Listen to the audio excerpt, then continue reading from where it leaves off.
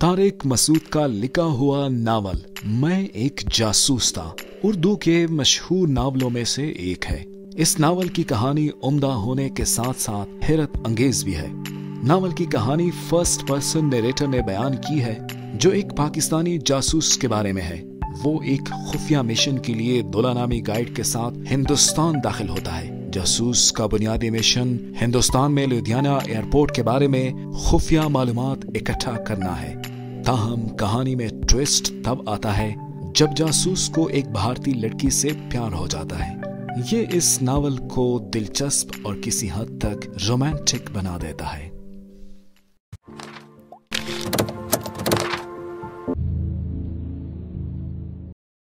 खलीज उर्दू के नाजरीन अस्सलाम वालेकुम। मैं एक जासूस था की 5वीं किस्त के साथ आपकी खिदमत में दोबारा हाजिर हैं। लेकिन वीडियो में आगे जाने से पहले आपसे एक गुजारिश है कि अगर अभी तक आपने हमारे YouTube चैनल को सब्सक्राइब नहीं किया तो अभी सब्सक्राइब कीजिए और बेल आइकन दबाएं ताकि आपको हमारी अगली वीडियो वक्त पर मिल सके। सुबह उठकर मैंने दोबारा हवाई अड्डे का रुख किया।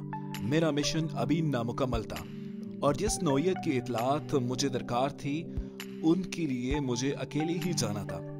हफ्ते की सुबह एक मर्तबा फिर एक देहाती गुस्सारे की लिबास में हवाई अड्डे की तरफ जा रहा था। बस से मैं अड्डे से करीबन 2 मील पीछे ही उतर गया था। ये फासला मैंने पैदल ही तय किया था। उस वक्त मेरा हुलिया और शक्ल ऐसी थी कि प्रकाश भी गौर से देखने पर ही पहचान सकता था। मेरे सर पर लगी बालों की विग और बढ़ती हुई शेव हाथ में पकड़ी चारा काटने की दारंती और किरपे पे रखी मिली कुचीली चादर और तन पर मेले कपड़ों की वजह से देखने वाला पहली नजर में ही मुझे गिस्यारा समझकर नजरअंदाज कर सकता था। बस के सफर के दौरान मैं आखिरी सीट पर एक कोने में जहां अक्सर कोई बदकिस्मत सवारी ही बैठा करती है सिमट गया। इसके बावजूद सारे रास्ते मुझे बस में सवार होने और उतरने वालों की गुस्सीली नजरों का सामना करना पड़ा। एक तो मेरी शक्ल ही अछूतों वाली थी, फिर अछूत भी निचले दर्जे का भला कोई ब्राह्मण मेरा बस में सवार होना कैसे गवारा कर सकता था। बस का कंडक्टर मुझे तमाम रास्ता गाड़ियों से नवाजता आया था। ये बात अपने बुजुर्गों से सुनी थी कि हिंदू नीच जाति के लोगों को इंसानियत के जुमरे में शुमार नहीं करते, लेकिन इंसानों से इंसान का इतना करबनाक सलूक कहां देखने में आता है। हिंदू माशरे के इस मकरूह तरीन रूप को देखने के बाद उनके खिलाफ मेरी दिली नफरत दो चंद हो गई। पंजाब के अक्सर इलाकों में कुछ लोग खेतों के किनारे लगी घास काट कर उसे करीबन मंडियों में या फिर तांगे वालों के हाथ फरोख्त करके गुजर बसर करते थे। मैं उस वक्त ऐसी ही लोगों की नुमाइंदगी कर रहा था। हवाई अड्डे के गार्ड रूम के सामने से जो सड़क के किनारे कुछ फासले पर बना हुआ था गुजरकर मैं कुछ आगे निकल आया। मेरी बेचैन नजरें गार्ड रूम के इर्द गिर्द पहले इंडियन एरिया का अहाता किए हुए थी। हवाई अड्डे के इर्द गिर्द वैसे तो चारों तरफ एंटी क्राफ्ट गनें नस्ब होती थी, लेकिन एक जगह खसूसी तौर पर कुछ नए किस्म का असलहा देखकर मैंने वहीं डेरे डाल दिए और एक यूनिट के नजदीक कुछ फासले पर बने खेतों के किनारे लगी घास काटना शुरू कर दी। घास काटने का अमल सिर्फ मेरे हाथ अंजाम दे रहे थे, मेरा जहन और आंखें मुकम्मल यकसुई के साथ उस तरफ लगी हुई थी। वो सर्द जंग का दौर था। आकाशवाणी अपने प्रोग्रामों में अक्सर शोर मचाती रहती थी कि पाकिस्तानी जासूस भारत में खास तौर पर मशरकी पंजाब, राजस्थान और जम्मू कश्मीर के इलाके में घुस आए हैं। उनकी फला पहचान होती है, किसी पर भी शक गुजरे तो करीबी पुलिस स्टेशन पर इतला कीजिए वगैरह वगैरह। अब सूरत हाल कुछ ऐसी बनी थी कि इन तमाम इलाकों में खास तौर पर सरहदी अजला और दिफा से मुतालिक इलाकों में लोग खामखा चौकने हो गए थे। आए रोज किसी न किसी फकीर या मलंग की कमबख्ती आई रहती थी। पहले तो उन्हें पकड़ते ही देहाती मारना शुरू कर देते थे और पुलिस स्टेशन जाने की नौबत अमूमन उस वक्त आया करती जब वो उस बेगुनाह का मार मार कर बरकस निकाल देते थे। हवाई अड्डे के इर्द गिर्द वाक़े देहातों में ये वबा कुछ ज्यादा ही फैल चुकी थी। गाड़ी में किसी अजनबी चेहरे को देखकर उस पर जरा शुरू कर दी जाती थी। जब तक कोई उसका शनासा ना निकल आए बस उसकी जान ना छूटती थी। मेरे साथ भी यही हादसा गुजरा। मैं इर्द गिर्द के माहौल से लाताल्लुक अपने काम में मगन था। वहां पर किसी फौजी जवान को तो मुझ पर शक ना गुजरा। करीबी गांव के 2 सिख जो सिक्योरिटी के आदमी थे उस तरफ आ निकले और मुझे उनकी आमद का एहसास उस वक्त हुआ जब वो मेरे सर पर मौजूद थे। फरार की तमाम राहें पहले ही महदूद थी। चारों तरफ फौज ही फौज, सड़क पर हवाई अड्डे के मुलाजमीन की आमदोरफ्त जारी थी और मेरे सर पर सिक्योरिटी के 2 अफराद मुसल्लत थे। कौन हो तुम? क्या कर रहे हो? दोनों ने मुझे घूरते हुए पूछा। महाराज जी, मिस्कीन आदमी हूँ, घास काट रहा हूँ। मैंने अपनी दानिश में इन्हें मुकम्मल जवाब दे दिया। इस असना में उठकर खड़ा हो गया था। थैला मेरे हाथ में पकड़ा था, जबकि दरंती वहीं कटी हुई घास के पास रखी थी। मेरे हाथ में थैले में सिवाय एक किरपी और चादर के और कुछ नहीं था। लेकिन इन दिनों जहां आकाशवाणी भारतीय अवाम को वार्निंग दे रही थी, वहां भारतीय अखबारात ने भी पाकिस्तानी जासूसों से मुतालिक अजीब व गरीब अफवाहें लोगों में फैला रखी थी। इनमें से सबसे ज्यादा अहम बात यह बताई गई थी कि जासूसों के पास थैलों या इनके कपड़ों में खतरनाक बम जरूर छुपे होते हैं, इनसे होशियार रहे। दोनों शायद मुकामी CID के आदमी थे, जिनकी सिक्योरिटी हवाई अड्डे के इर्द गिर्द देहातों में लगी थी कि मुश्तबा लोगों पर नजर रखें। मुझे मुश्तबा समझकर वो चले आए थे, लेकिन बराह रास्त हाथ डालने को तैयार नजर नहीं आ रहे थे। भारतीय रेडियो और अखबारात का प्रोपेगेंडा मेरे काम आ गया। कहाँ रहते हो? उसने पुलिस के मखसूस लहजे में पूछा। महाराज जी, तलवंडी। चल भाग जा, यहाँ घास काटने की इजाजत नहीं। दूसरे ने मुझे हाथ में पकड़े डंडे से आगे की समत इशारा करते हुए कहा। जैसी मर्जी आपकी महाराज जी, मैंने नीच जाति के लोगों की तरह हाथ बांधते हुए कहा और आगे बढ़ गया। ठहरो। अचानक पीछे से आवाज सुनाई दी। एक लम्हे के लिए तो मुझे दिल सीने से निकलता हुआ महसूस हुआ। मुझे उम्मीद थी जब दूसरी समत पलटूंगा तो उनके हाथों में पकड़े पिस्तौल मेरे इस्तकबाल को मौजूद होंगे, लेकिन खैरियत गुजरी। उन्होंने शायद कोई और मंसूबा सोच रखा था। यहाँ बस नहीं रुकती, पीछे जाओ, वहाँ सामने स्टॉप है, वहाँ से सवार होना।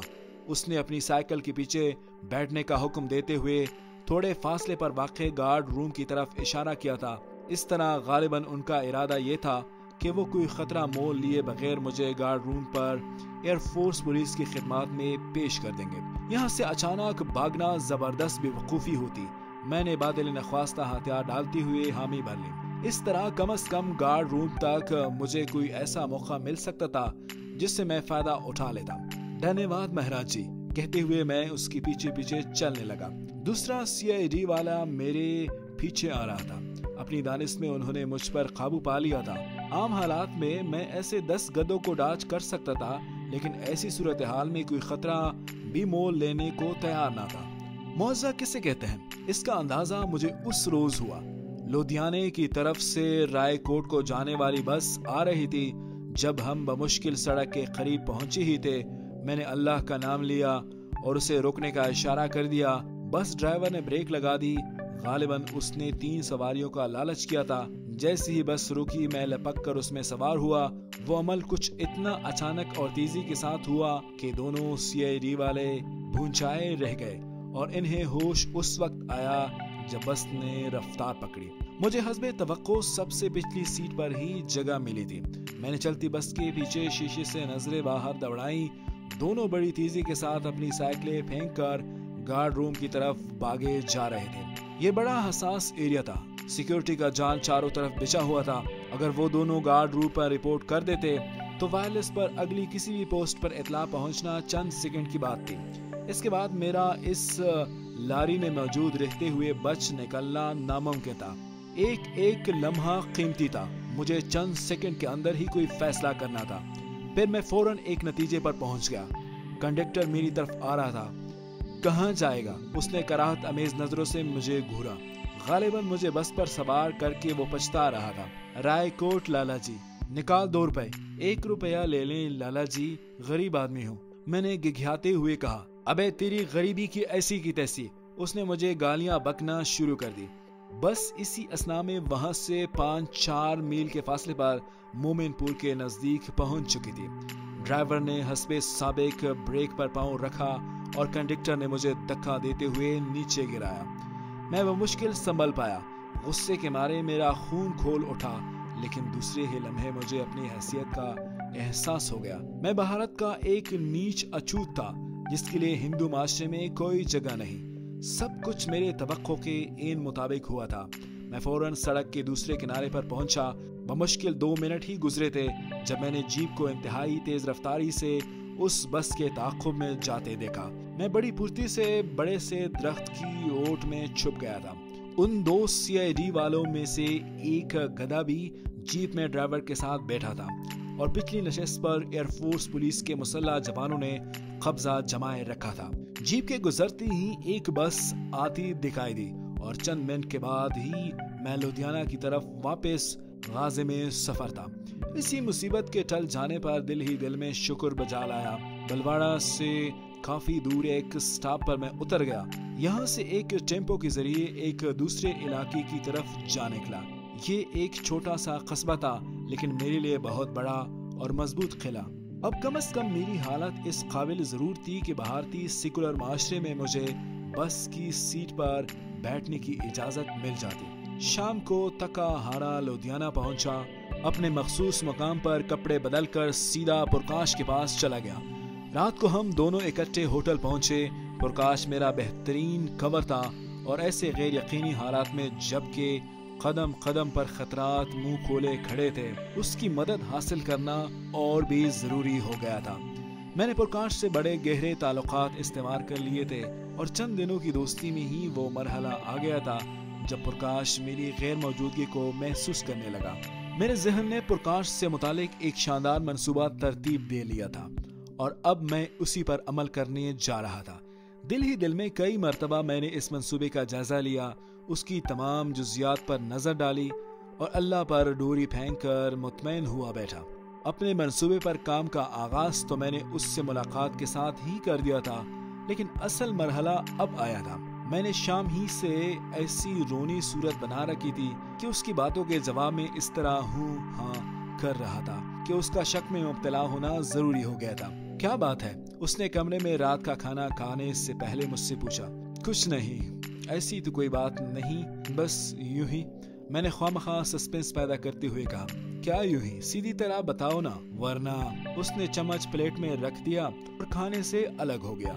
यार कुछ नहीं, तुम खाना तो खाओ, सवाल ही पैदा नहीं होता। जब तक बात नहीं बताओगे नहीं खाऊंगा, उसने बच्चों की तरह जिद करते हुए कहा। अच्छा यार खाना शुरू करो, बताता हूँ। तुम्हें नहीं बताऊंगा तो और बताऊंगा किसे? मैंने गमनाक लहजे की इतनी शानदार एक्टिंग की कि खुद को दाद देने को जी चाहा। मेरी गुफ्तगू के अंदाज ने गालिबन प्रकाश को मामले की संगीनी का एहसास दिला दिया था। जब वो चुप हो रहा था, खाना खत्म होने तक मैंने कोई गुफ्तगू ना की। खाना भी दोनों ने बड़ी बददिली से खाया था। प्रकाश मेरी जिंदगी का एक हिस्सा सफर की नजर हो चुका है। सैकड़ों लोग मिले, अच्छे भी बुरे भी, लेकिन न जाने तुम में क्या बात नजर आई है। मैंने कॉफी बनाते हुए गुफ्तगू के लिए तमहीद बांधी। करीबन 1 घंटे के बाद प्रकाश मुझसे मर मिटने के लिए तैयार था। मेरी दर्दनाक दास्तान ने उसे दौरान गुफ्तगू एक मर्तबा रुला भी दिया था। मेरी माँ बचपन में फौत हो गई थी। बाप ने दूसरी शादी कर ली। सुतेली माँ ने बेपनाह जुल्म ढाए। आज तक इसलिए घर से बंधा रहा कि एक सगी बहन भी थी। पिछले माह वो भी मर गई। उसने असल में मरते वक्त मुझसे वचन लिया था कि मैं कभी शराब नहीं पीऊंगा। अब मेरा बाप के घर में क्या है वगैरह वगैरह। इस कहानी का प्रकाश के लिए सबसे बेहतरीन हिस्सा मेरी दानिश में वो था जहां उसके इल्म में ये बात आई थी कि मैंने चोरी छुपे 25-30 हजार रुपया इस बुरे वक्त के लिए जमा कर रखा था और अब मैं चाहता हूं कि किसी फैमिली का रुकन बनकर लुधियाना में कोई छोटा सा कारोबार शुरू कर दूं और मेरी नजरे इंतखाब उस पर ठहरी है। बुरे भले लोग हर माशरे में मौजूद होते हैं। मैं आज भी जब माजी में नजरें दौड़ाता हूँ, प्रकाश के रवैये में मुझे लालच की झलक नजर नहीं आती। उसने मुझे इसलिए नहीं अपनाया था कि मुझ जैसा धनवान धर्मवीर मिल जाने से उसकी काया पलट जाएगी। किसी हद तक मुमकिन है उस फैसले के पीछे ये जज्बा भी कारफरमा हो, लेकिन इंसानी हमदर्दी के जरासीम उसमें कुछ ज्यादा ही पाए जाते थे। प्रकाश मेरा और भाई नहीं, भगवान ने मुझे भाई दे दिया। वो शिद्दत जज्बात से बेकाबू होकर मुझसे बगलगीर हो गया। मेरी ख्वाहिश पर वो रात मेरे पास ही ठहर गया। अभी रात के 10 ही बजे थे जब दरवाजे पर वही मानूस दस्तक सुनाई दी। प्रकाश को मैंने लेटे रहने को कहा और खुद दरवाजा खोलकर बाहर आ गया, जहां कल वाली शरीमीती जी मौजूद थी। اس سے پہلے کہ اس کے منہ سے کوئی لفظ نکلے میں نے انگلی منہ پر رکھ کر اسے چپ رہنے کا اشارہ کیا اور اسے حیران و پریشان پکڑ کر راہداری کے ایک کونے میں لے گیا۔ اپنی سالی قسمت ہی ایک دم پوکٹ ہے، میں نے ایک مخصوص طبقے کا لہجہ اپناتے ہوئے کہا۔ اب کیا ہوا مہاراج؟ اس نے میرے نزدیک سرکتے ہوئے پوچھا۔ سالہ؟ کیا مطلب؟ سالے کا مطلب سالہ ہی ہوتا ہے، اور کیا ہوتا ہے؟ کم بخت عین وقت پر آ مرا، سب چلے گا، اس نے توبہ شکن انگڑائی لیتے ہوئے کہا۔ دماغ خراب ہے کیا؟ ان کے طفیل تو اپنا دال دلیا چل رہا ہے، اس سے بھی چھٹی کراؤ گی کیا؟ اس سے پہلے کہ وہ مزید کچھ کہے میں فوراً بولا۔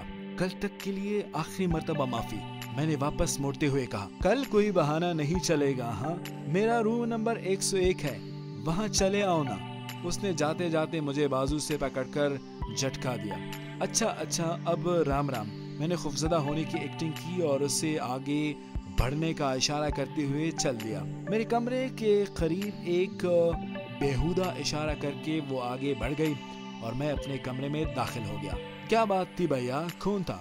پرکاش نے پریشانی سے پوچھا۔ تھی یار ایک بلا، بڑی مشکل سے جان چھڑائی، کمبخت جان کو آ گئی تھی۔ اوہ، وہ بات سمجھتے ہوئے مسکرا دیا۔ ہیپی ہوم میں وہ میری آخری رات تھی۔ صبح اٹھ کر میں اپنے والد سے حساب بے باک کرنے اور اپنا پیسہ نکلوانے کے لیے اپنے شہر کو چل دیا اور پرکاش اپنے کام پر چلا گیا۔ میں نے 3 روز کے بعد واپس آنے کا وعدہ کر لیا تھا۔ ناظرین، آج کے لیے بس اتنا ہی۔ مزید خبروں اور اپڈیٹس کے لیے ہماری ویب سائٹ وزٹ کیجیے اور ہمارے یوٹیوب چینل کو سبسکرائب کر کے بیل آئیکن دبائیں تاکہ آپ کو ہماری ہر ویڈیو بر وقت مل سکے۔ ابھی ہمیں اجازت دیجیے، خدا حافظ۔